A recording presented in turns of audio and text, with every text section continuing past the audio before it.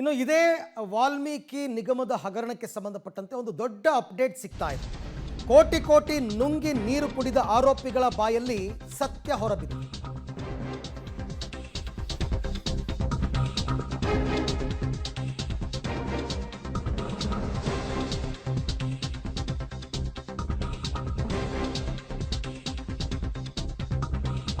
ನೂರ 93 ನಕಲಿ ಅಕೌಂಟ್ಗಳನ್ನು ಸೃಷ್ಟಿ ಮಾಡಿ ಆ ನಕಲಿ ಅಕೌಂಟ್ಗೆ 89 ಕೋಟಿ ರೂಪಾಯಿ ಹಣವನ್ನು ಟ್ರಾನ್ಸ್ಫರ್ ಮಾಡಿಕೊಂಡಿದ್ದಾರೆ.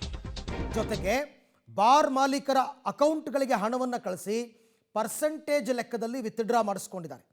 ಹೈದರಾಬಾದ್ ಮೂಲದ ಸತ್ಯನಾರಾಯಣ ವರ್ಮಾ ಈ ಇಡೀ ಹಗರಣದ ಮಾಸ್ಟರ್ ಮೈಂಡ್ ಅಂತ ಹೇಳ್ತಾರೆ.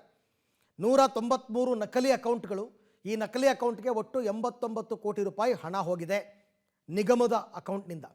ಯಾರಿಗೆ ಅಂತಂದರೆ ಹೆಚ್ಚು ಕಡಿಮೆ ಬಾರ್ ಮಾಲೀಕರಿಗೆ ಹಣ ವಹಿವಾಟು ನಡೆದಿದೆ.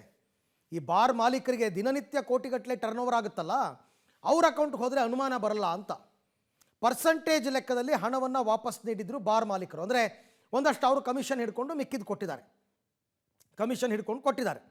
ಇದುವರೆಗೆ SIT ಅವರು ಒಟ್ಟು 28 ಕೋಟಿ ರೂಪಾಯಿ ಕ್ಯಾಶನ್ನು ವಶಕ್ಕೆ ಪಡ್ಕೊಂಡಿದ್ದಾರೆ. 89 ಕೋಟಿ ಪೈಕಿ 28 ಕೋಟಿ ಸಿಕ್ಕಿದೆ. 14.5 ಕೋಟಿ ರೂಪಾಯಿ ನಗದು ರೂಪದಲ್ಲಿ 11 ಜನ ಆರೋಪಿಗಳ ಬಳಿ ವಶಕ್ಕೆ ಪಡೆದಿದ್ದಾರೆ. ಕ್ಯಾಶ್ ಸಿಕ್ಕಿರೋದು 14.5 ಕೋಟಿ ನಗದು. ಇನ್ನು 10 ಕೋಟಿ ರೂಪಾಯಿ ಬಾರ್ ಮಾಲೀಕರ ಅಕೌಂಟ್ನಲ್ಲಿ ಇಟ್ಟಿದ್ರು. ಅದಿನ್ನೂ ಅವರು ವಿತ್ಡ್ರಾ ಮಾಡಿ ಕೊಟ್ಟಿರಲಿಲ್ಲ ಅಂತ ಅನಿಸುತ್ತೆ, ಅಕೌಂಟಲ್ಲೇ ಇತ್ತು. ಅದನ್ನು ಕೂಡ ಈಗ ಜಪ್ತಿ ಮಾಡಿದ್ದಾರೆ.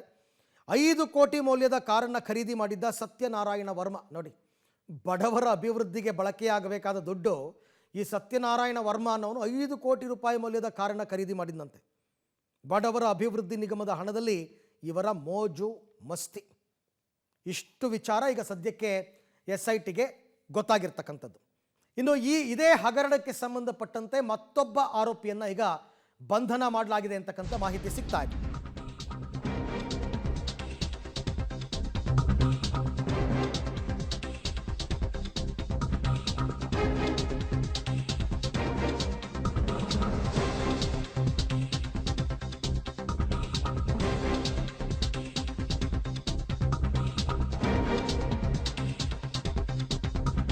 ಈ ಹಗರಣದಲ್ಲಿ ಮತ್ತೋರ್ವ ಆರೋಪಿಯ ಬಂಧನ ಆಗಿದೆ.